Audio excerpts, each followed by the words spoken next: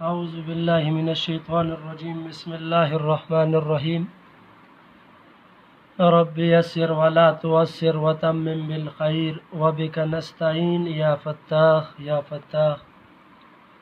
عزیز طلباء السلام علیکم ورحمۃ اللہ وبرکاتہ۔ گزشتہ سبق میں ہم نے حضرت سید علی حجویری رحمۃ اللہ تعالی علیہ کے متعلق ہم نے پڑھا تھا۔ عزیز طلباء، اسی طرح آج ہدایت کے سرچشمے سے ہم طارق بن زیاد رحمۃ اللہ تعالی علیہ کے متعلق پڑھیں گے۔ تو عزیز طلباء، سب سے پہلے آتے ہیں اس عظیم شخصیت کے ابتدائی حالات کی طرف۔ ابتدائی حالات میں ہم یہ ذکر کرتے ہیں کہ طارق بن زیاد رحمۃ اللہ تعالی علیہ کا تعلق شمالی افریقہ کے بربر قبائل سے تھا۔ وہ بہادری اور عسکری قابلیت میں اپنی مثال آپ تھے۔ طارق بن زیاد نامور مسلمان جرنیل موسیٰ بن نصیر کے تربیت یافتہ تھے۔ موسیٰ بن نصیر نے انہیں شہر طنجہ کا حاکم اور شمالی افریقہ میں اسلامی افواج کا سپہ سالار مقرر کیا۔ یہ ساری باتیں تھی آپ کے ابتدائی حالات میں۔ تو اب عزیز طلباء، طارق بن زیاد کا تعلق شمالی افریقہ کے کون سے قبائل سے تھا، اسی طرح آپ کس چیز میں اپنی مثال آپ تھے، اور آپ کون سے نامور مسلمان جرنیل کے تربیت یافتہ تھے۔ اسی طرح آپ شمالی افریقہ میں اسلامی افواج کے سپہ سالار بھی تھے۔ اس کے بعد ہمارے پاس دوسرا پوائنٹ ہے اندلس کے حالات۔ عزیز طلباء، اندلس میں اس وقت عیسائی حکومت قائم تھی، جو کہ اپنی رعایا پر طرح طرح کے مظالم ڈھا رہی تھی، طرح طرح کے ظلم کر رہی تھی۔ اندلس کے لوگوں کو ان مظالم سے نکالنے کے لیے اندلس ہی کے ایک سردار کاؤنٹ جولین نے موسیٰ بن نصیر سے درخواست کی کہ وہ اندلس پر حملہ کریں اور اہل اندلس کو عیسائی حکمران کے مظالم سے نجات دلائیں۔ موسیٰ بن نصیر نے اس وقت کے خلیفہ ولید بن عبد الملک سے اندلس پر حملے کی اجازت مانگی، تو خلیفہ نے انہیں اجازت دے دی۔ اسی طرح طارق بن زیاد جب اجازت دے دی تو طارق بن زیاد 7,000 سپاہیوں کے ساتھ کشتیوں میں سوار ہو کر 7,000 سپاہیوں کے ساتھ کشتیوں میں سوار ہو کر ساحل اندلس کے جنوبی حصے پر اترے۔ ساحل اندلس یعنی دریا کا کنارہ، دریا کے کنارے پر اترے۔ اب یہ دوسرا پوائنٹ تھا ہمارے پاس اندلس کے حالات۔ تو عزیز طلباء، اندلس میں اس وقت کس کی حکومت تھی؟ عیسائی حکومت، اور وہ رعایا پر طرح طرح کے ظلم کر رہی تھی۔ تو اندلس کے اس وقت کے سردار کون تھے؟ کاؤنٹ جولین، اور انہوں نے موسیٰ بن نصیر سے درخواست کی کہ وہ اندلس پر حملہ کریں اور عیسائی حکمرانوں کے مظالم سے انہیں نجات دلائیں۔ تو موسیٰ بن نصیر نے اس وقت کے اموی خلیفہ ولید بن عبد الملک سے اندلس پر حملے کی اجازت مانگی۔ اسی طرح طارق بن زیاد 7,000 سپاہیوں کے ساتھ کشتیوں میں سوار ہو کر ساحل اندلس کے جنوبی حصے پر اترے۔ آگے چلتے ہیں، ہمارے پاس تیسرا پوائنٹ ہے طارق بن زیاد کا فوج کو حکم۔ طارق بن زیاد نے ساحل پر اترنے کے بعد اپنے سپاہیوں کو حکم دیا کہ کشتیوں کو جلا دیا جائے، کشتیوں کا جلانا۔ اس کے بعد انہوں نے سپاہیوں سے خطاب کرتے ہوئے فرمایا، اب واپس جانے کا کوئی رستہ نہیں رہا۔ اس خطاب میں یہ کہا کہ واپسی کا کوئی راستہ نہیں، اور اس کے بعد کہا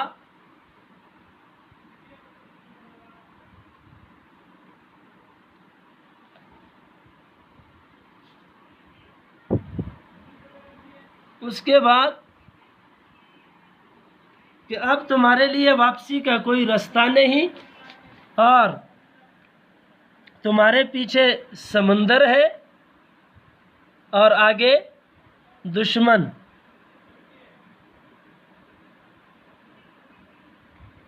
اب یا تو دشمن کا ڈٹ کر مقابلہ کرنا ہے اور ان پر فتح حاصل کرنا ہے، یا پیچھے دریا میں ڈوب مرنا ہے۔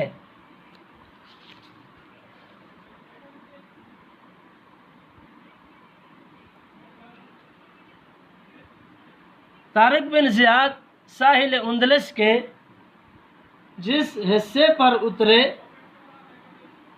اس کا نام جبل الطارق رکھا گیا، اس کا نام جبل الطارق رکھا گیا۔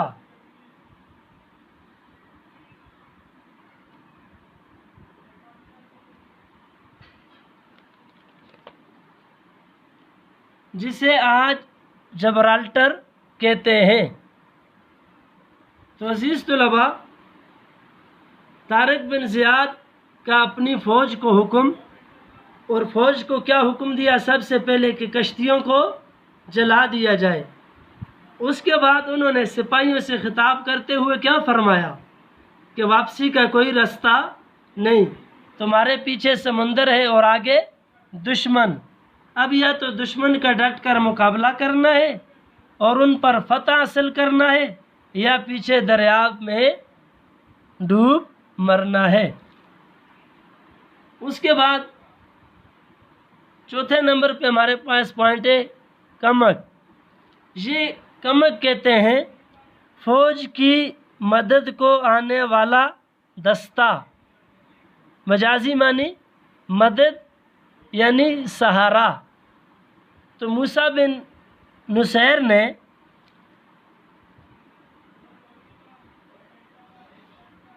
طارق بن زیاد کی مدد کے لیے 5,000 کی مزید فوج مانگی۔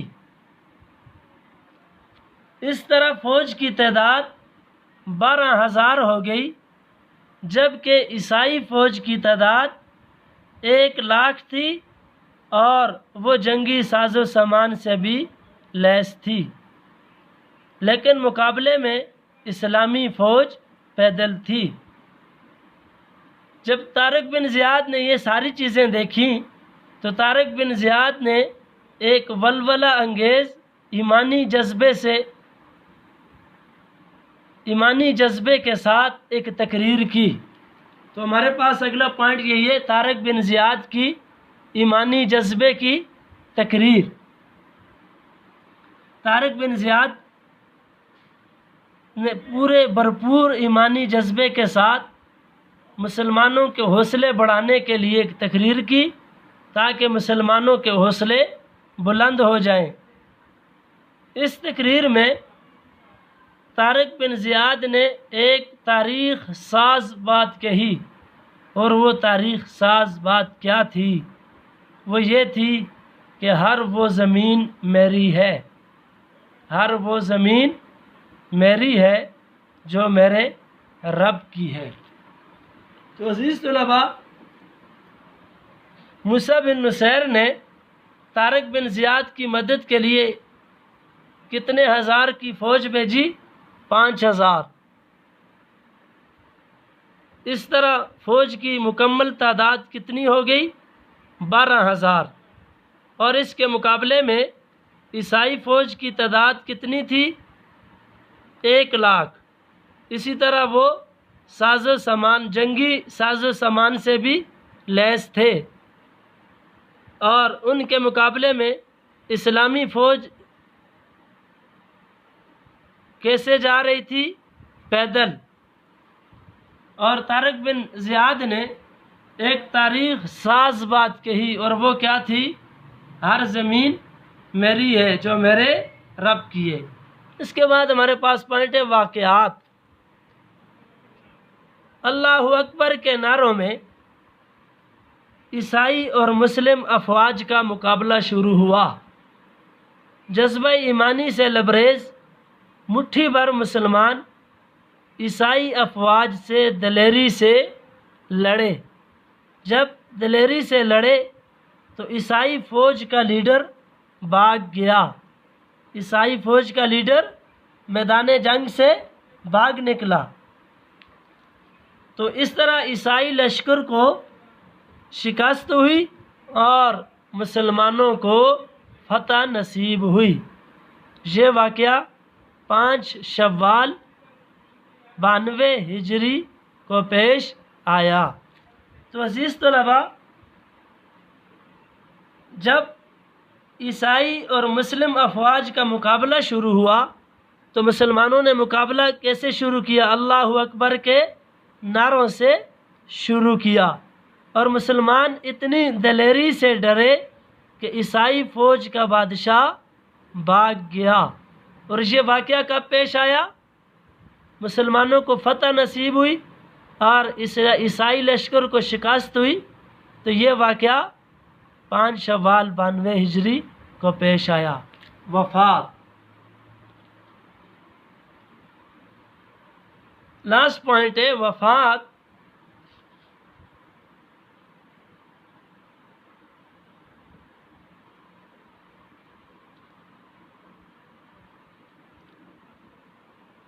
خلیفہ ولید بن عبد الملک کی وفات کے بعد آنے والے خلیفہ سلیمان نے کسی بات پر موسیٰ بن نصیر سے ناراض ہو کر ان کو منصب سے معزول کر کے قید کر دیا۔ موسیٰ بن نصیر سے ناراضگی، اور ناراضگی کے بعد ان کو اپنے عہدے سے ہٹا کر قید کر دیا۔ طارق بن زیاد پر بھی جو موسیٰ کا تربیت یافتہ تھا، اس پر اثر پڑا، تو خلیفہ نے طارق کی بھی کوئی خاص قدردانی نہیں کی۔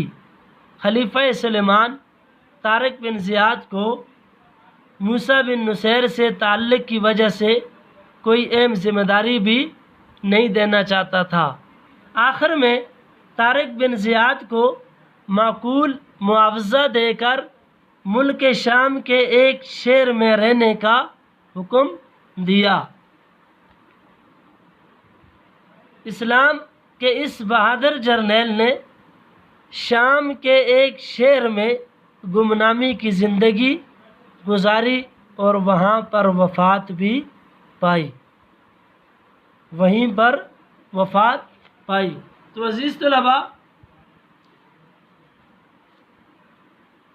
خلیفہ سلیمان نے طارق بن زیاد کو معقول معاوضہ دے کر کون سے شہر میں رہنے کا حکم دیا؟ ملک شام کے ایک شہر میں رہنے کا حکم دیا، اور پھر انہوں نے شامی کے شہر میں کیسی زندگی گزاری؟ گمنامی کی زندگی گزاری، اور وہیں پر انہوں نے وفات پائی۔ اللہ تعالیٰ ان کی قبر پر کروڑوں رحمتوں کا نزول فرمائے، آمین۔ یہ تھا آج کا ہمارا سبق، جو کہ جس کا موضوع تھا طارق بن زیاد رحمۃ اللہ تعالی علیہ۔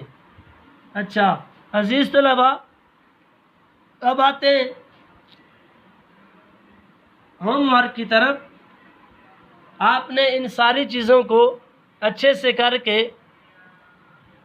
5 سے 6 پوائنٹ ہے طارق بن زیاد رحمۃ اللہ تعالی علیہ، یہ جو سبق ہے، ابتدائی حالات، نمبر 2 اندلس کے حالات، نمبر 3 طارق بن زیاد کا فوج کو حکم، نمبر 4 طارق بن زیاد کی ایمانی جذبے کی تقریر، نمبر 5 واقعات، اور نمبر 6 وفات۔ یہ ساری چیزیں آپ نے سب سے پہلے اچھے سے ذہن نشین کرنی ہے۔ ذہن نشین کرنے کے بعد آپ نے خوبصورت کر کے اپنی نیٹ کاپی کے اوپر آپ نے یہ ہوم ورک کرنا ہے، پھر آپ نے مجھے پکچر بنا کے مجھے سینڈ کرنی ہے۔ والسلام، جزاک اللہ احسن الجزا۔